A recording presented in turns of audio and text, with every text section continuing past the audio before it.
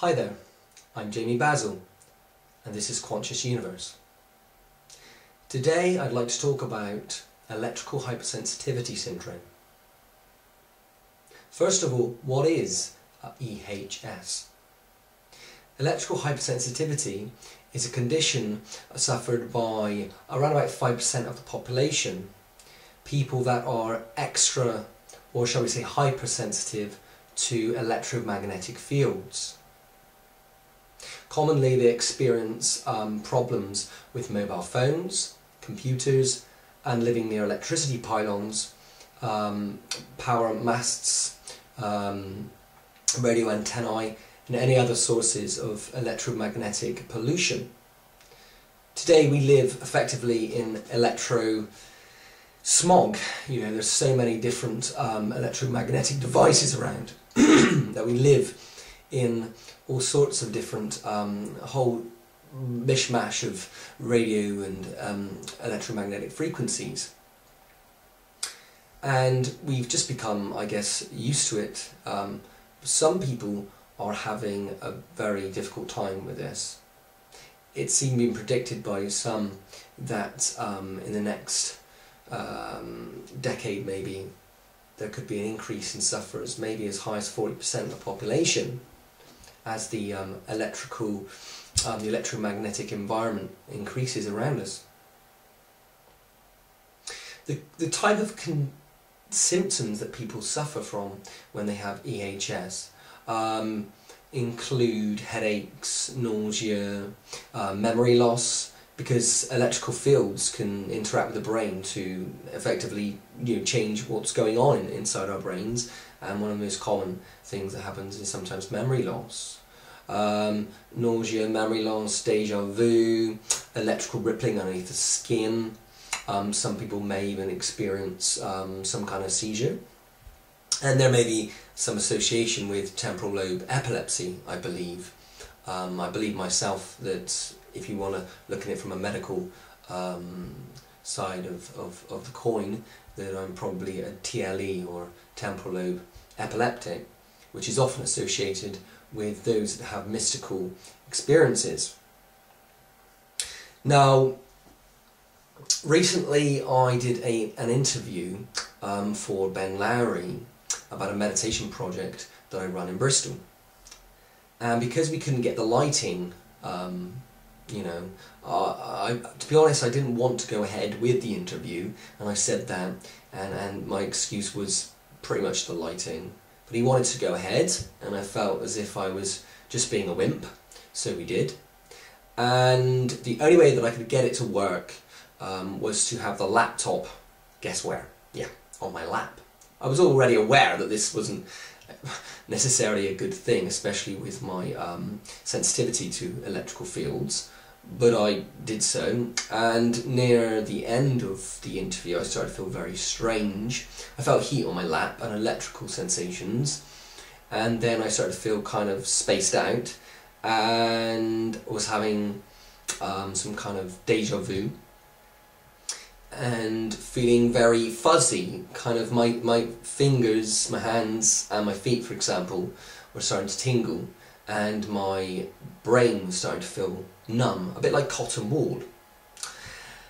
You may have heard that description before, like your brain like fuzzy like cotton wool. Well, it's like that. It's like it goes numb, and you can touch it and it feels numb. Now, I've experienced these symptoms before. I'm very well aware of it. And I did mention to Ben Lowry at some point afterwards, because I was ill for a couple of days after the interview, that I basically had what I call an electrical attack. And he was like, wow, I didn't know, you were that sensitive to these things. I'm like, yep. And it was the first time, I guess, that he'd heard about electrical hypersensitivity syndrome. Interestingly enough, before the interview, I was about to post up an article by Max on electromagnetic sensitivity and the spiritual path, which you can go and read on the website. I was about to post that up that morning, and also record this video. So there's a funny, synchronicity going on here. And if that sounds like nothing more than a coincidence, well, guess what? few weeks later, we had Michael Nield, the Oxford musician and student, that committed suicide because he was having awful experiences with electrical hypersensitivity. He effectively had to end up wearing clothing to protect himself, certain type of clothing that would protect him from electrical fields, and he committed suicide. Even more synchronistically, there was a report I came across only yesterday, a woman that was basically going through similar experiences and effectively lives in a self-made Faraday cage. And in these articles it says that, you know, this condition is recognised in other countries like Sweden, but is not recognised here in the UK. And I had an awful experience when I was younger. My first mobile phone, for example, would give me headaches, and it seemed to intensify over a couple of weeks. And near the end of, I believe it was the first week, even if the phone rang in the room, it would give me an excruciating headache. And that headache would appear just before the phone rang. It was almost like the phone kind of seems to activate before it actually starts to ring. And at one point, my mum came round to where I was staying at the time. I used to live at my nan's flat, and she came round, and I was on the mobile phone, and I was walking back and forth. I was doing something very strange with my hands going like this, and she was apparently calling my name the whole time, trying to get my attention. And when I came to, so to speak, she told me that, and I just denied it. I said, "You weren't there?" And she said, "Well, yeah, yes I was." And apparently she was standing there next to me for most of that time, and yet I didn't acknowledge her. I didn't seem to be able to see or respond to anything that she said. I did some research and discovered that what I was experiencing, or at least the symptoms that I was describing here, fit perfectly with petit mal seizures, okay? Because I was experiencing deja vu, I was experiencing tingling in my extremities, my fingers, my feet, and my brain, electrical rippling under the skin, a kind of feeling spaced out, and that was obviously even more of an issue, or shall we say, it reached the stage of disassociation, because I couldn't even realise that my mother was in the room, okay? And so I had all of these symptoms, and they fit symptomology of petit mal, epilepsy. So that was mobile phones. I got rid of my mobile phone and didn't use one for a while. Eventually I kind of gave in and allowed myself to use a Nokia, and I found that the Nokia was okay. I checked the radiation levels, the SARS levels, of the Philips phone I had originally and then the Nokia. I found that the Philips phone was 1.50 radiation levels, whereas the Nokia was only 0.50. So that's, you know, a third of the radiation level. I also had an experience at work where I was at the end of an office. I was at Cells at the time, lots of computers. I was at one end of the building. I moved down to the other end at the end of the first week that I worked there, and I felt really hot and agitated and ended up standing up and walking out of the room. I hit over a bin. I was so boiling hot, I ran into the toilet to put water on my wrists, and this guy saw me and said, "What the hell's going on?" and poured water down the back of my neck. When I saw the manager, she said, "You never seem to have much luck in this department since you've been here. Maybe we could move you somewhere else." And I just said, "No. Ever since I've come to this, it's this building. There's something about this building." That's what I actually said to her, and I chose to leave that job. Well, on the way out, as I walked through the car park, I looked behind and noticed, or shall I say, became very aware of the giant electricity pylons that were in the car park, and not very far from the building where I worked. But even more strangely, the back of the building where I worked, there was some kind of dish, like it didn't look like a satellite dish, it looked more like a microwave unit. I mean, it could have been anything. But the point is, it was something that was sending an electromagnetic signal Okay, and it was, where it was on the end of the building where I was working. So it was literally maybe 10 feet away from my head.